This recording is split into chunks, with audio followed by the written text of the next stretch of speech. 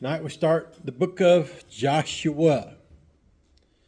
Everybody knows that this is the first book after the Pentateuch. All right? Everybody remember what the Pentateuch is? What's the Pentateuch? First five. Right, the first 5 books that Moses wrote. Right? And then the 6th book is Joshua. All right, Joshua. Now, if you're keeping notes, this is Joshua's name is Hebrew Strong's number 3901. 3901 in the Hebrew Strong's Concordance.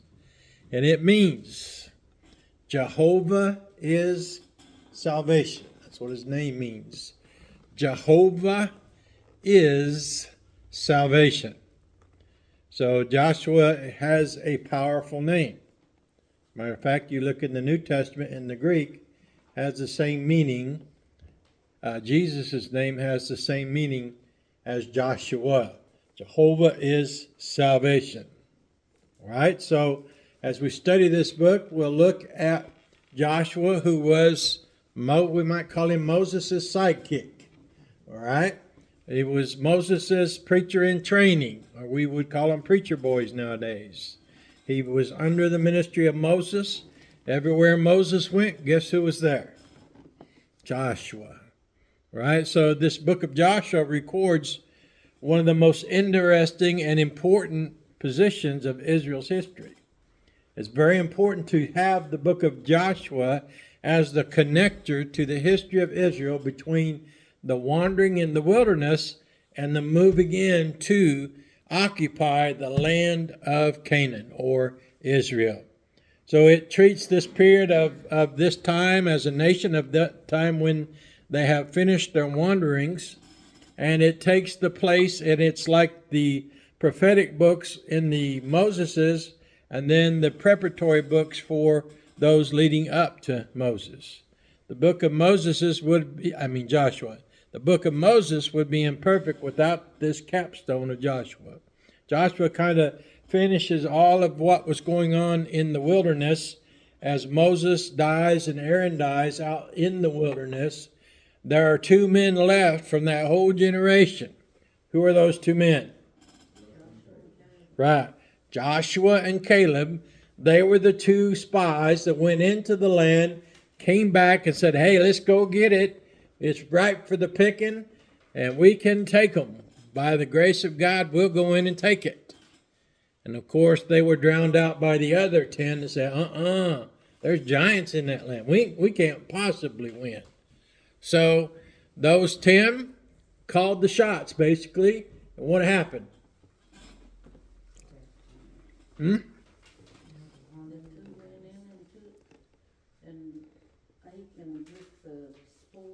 Right. That was in Joshua's when he first took that battle, had that first battle of Ai.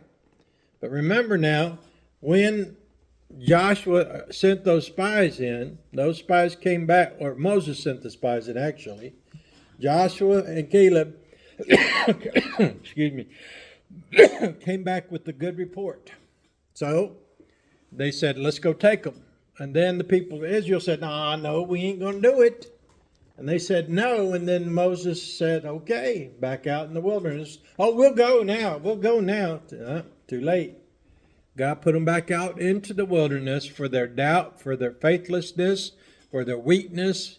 And he took them out into the wilderness where that whole generation, including Moses and Aaron, died in the wilderness. And you think about that. The whole generation that exited Egypt died out in the wilderness. And I always found it fascinating. If you could go out there and dig down probably about 100 foot deep, you'd find a whole bunch of bones under that ground all through that wilderness where people died and were buried out there in the wilderness because of their lack of faith, because of their lack of faith in God, their distrust of God, their murmuring, their complaining. Remember, every time Moses turned around, what was going on behind his back? Somebody's trying to stab him, wasn't it? Murmuring, bickering, complaining. Oh, wish that we were back in Egypt, eating onions and leeks and garlics. Right.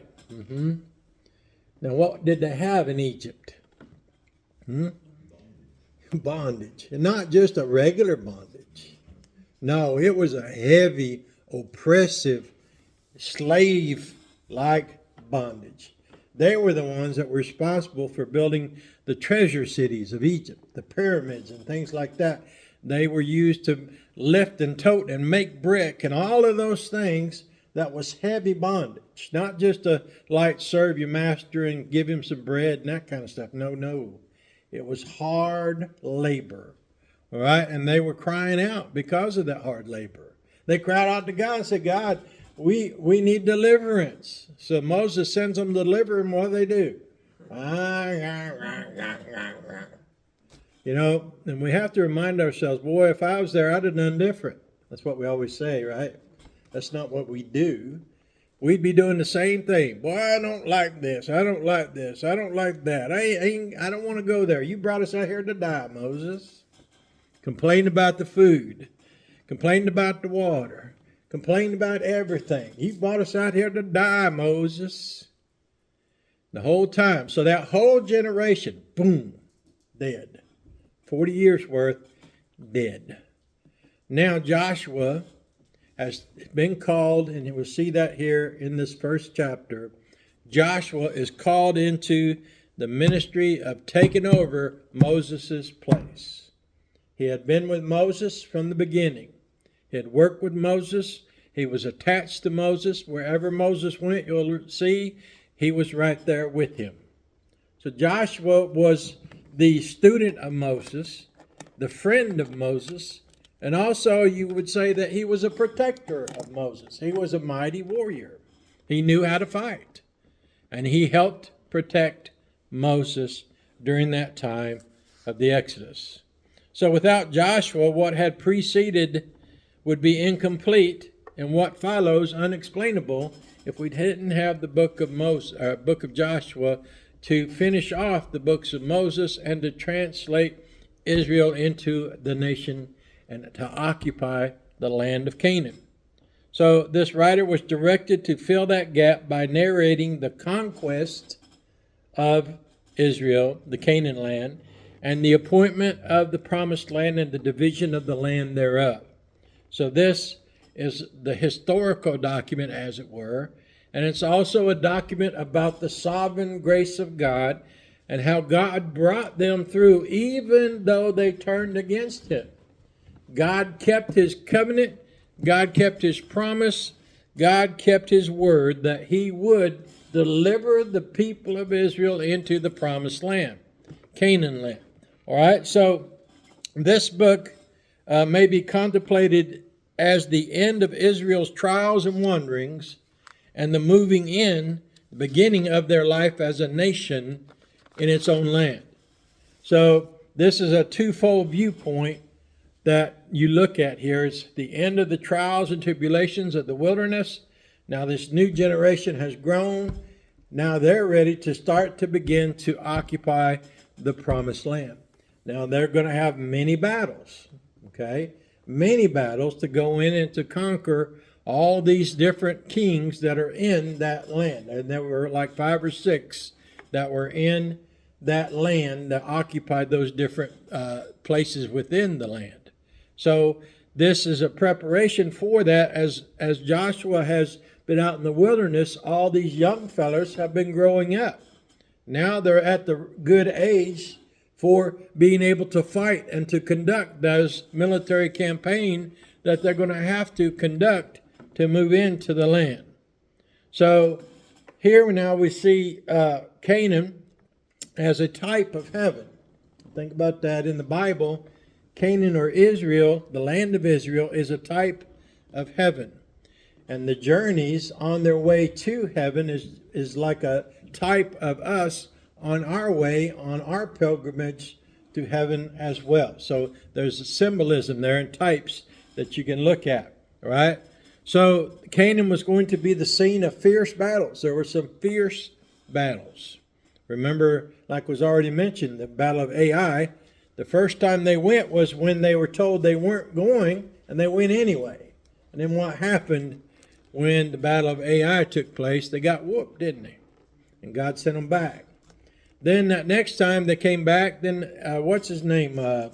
What's the guy that stole the stuff? Achan. Yeah, Achan. He was Achan for some bacon. No, Achan. That's how I remember him. Okay? Achan. Achan saw some Babylonian garments, a wedge of gold, and some silver, and he took it. Contrary to what God told them. When they went in there, they were supposed to wipe out everything, not touch anything, destroy everything. But he took the stuff and hid it in his tent, and that day it cost 30 men their lives because of his sin. Okay? One little sin. Right. And him, his family, and all his possessions. Servants included. Now think about that. All of that was, boom, destroyed. I remember that it says they piled them all up, they stoned them, and then they set fire to them, and then they covered them with a mountain of stones. Okay?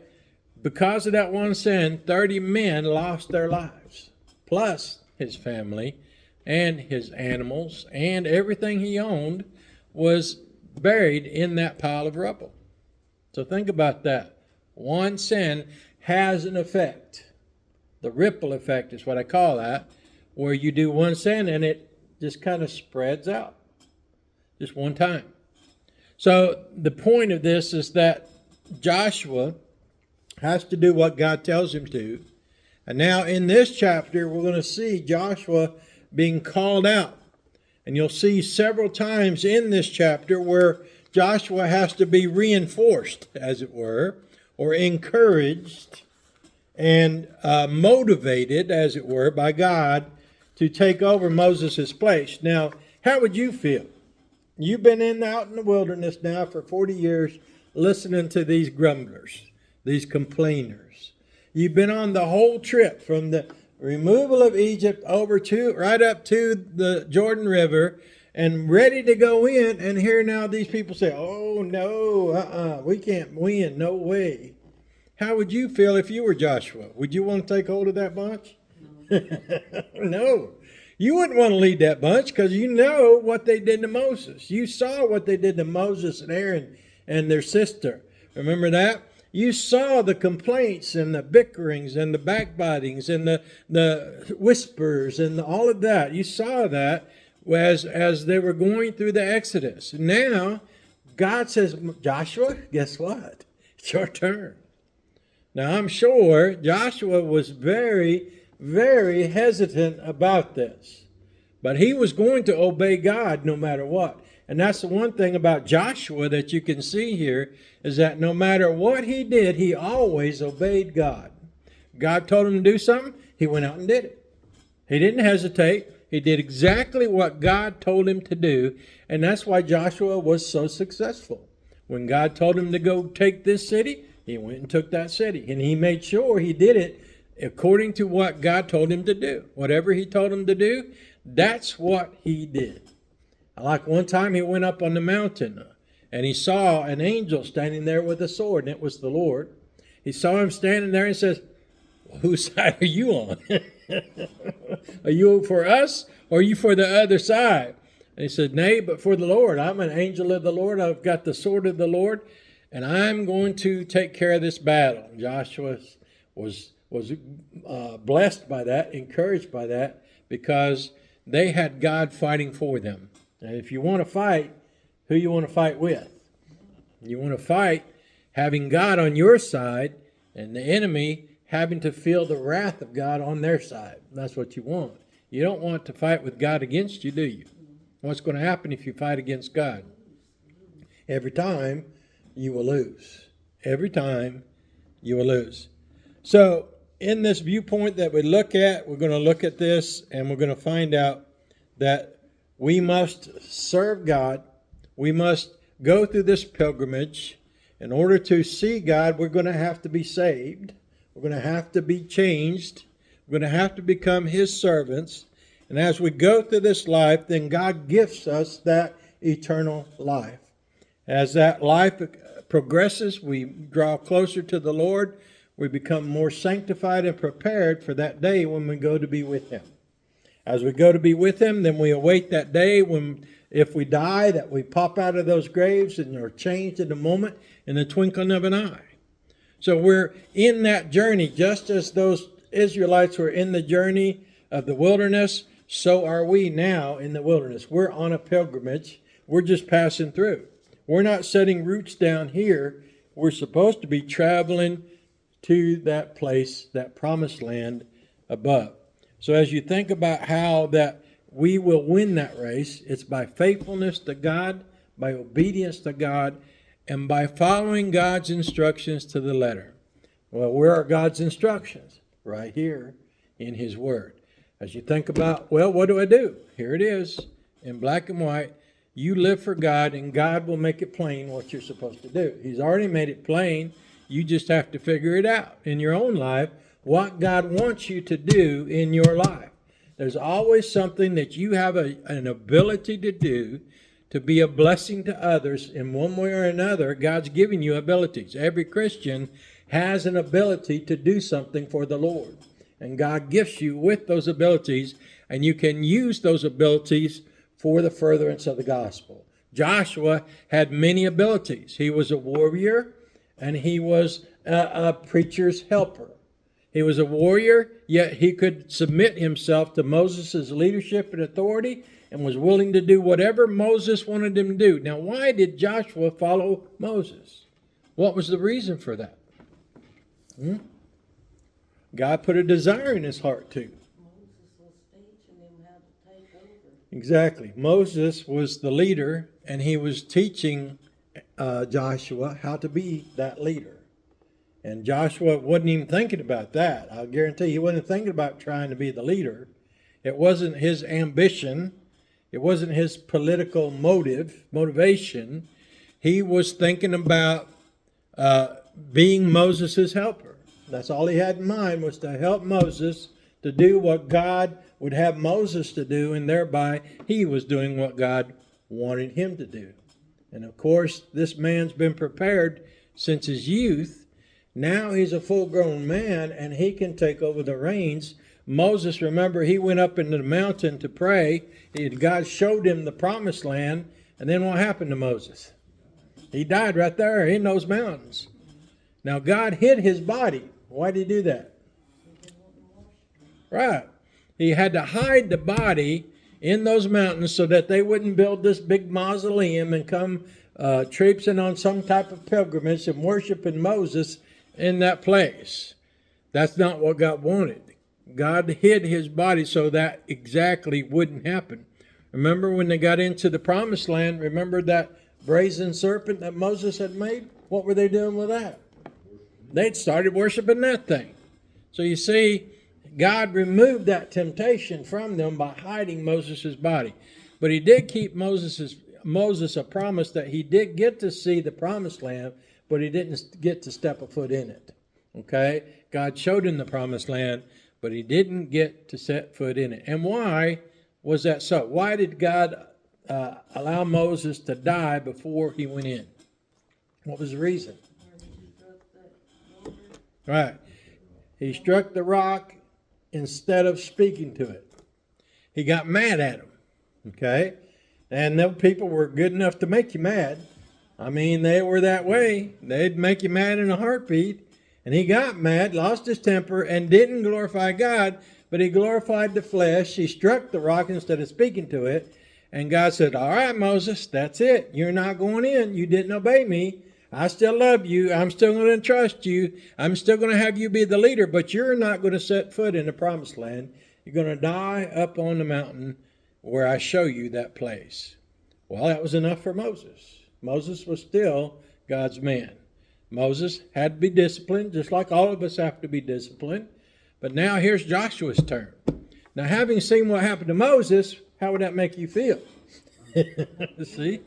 You wouldn't be too sharp or too keen about taking Moses' place, seeing that he messed up by getting angry and that he ended up not getting to go in. Now here's Joshua right at the banks of the river of Jordan. He can see the promised land just across the river. And he's waiting on God now. They're going through the mourning period for Moses. And he's waiting on God to tell him what to do. So here comes God in this chapter 1, showing him, telling him, encouraging him, he's the man. He's been tapped for the leadership. He's been called by God. And God is going to begin to work through Joshua, with Joshua, and to use Joshua to do what he promised to Abraham, to do what he promised to everybody after Abraham, all the way down through Moses. He promised to put those people into that land, and he gave that land to them. Now, they had to go in and do some stuff. They had to go through some battles. They had to go through the wilderness and all that, but they finally are right now ready, and Joshua begins the task of getting Israel across the Jordan and into the promised land. So that's what we'll take up with Joshua getting the call after the death of Moses into the ministry of leading the people across the Jordan River and into the promised land. So we'll begin in chapter 1. Go ahead and study ahead for that chapter and see how many times the Lord encourages Joshua and tells him to be strong and courageous. Look how many times he has to tell him that. Okay? And I don't blame him. I guess I needed a bunch of times too. Having known what Joshua knew, I believe I'd need to be encouraged several times as well. So look and see how many times God encourages him and tells him he'll be with him. And that's the main thing. You know you're going to face trouble. You know you're going to have a difficult time. But as long as you have God helping you, you don't have to worry about it. God's going to take care of business, and God's going to see you through. Just like he sees us through in our daily walk, in our daily pilgrimage through this world, God will see us through to the end. And he will, in the end, what's it say? He's going to get us out of those graves if we die. He's going to take and call us up to be with him. And there we shall be with him forever and ever and ever in the presence of God. Think about that. We'll stop there, and we'll take up with chapter 1 next week. All right, let's all stand.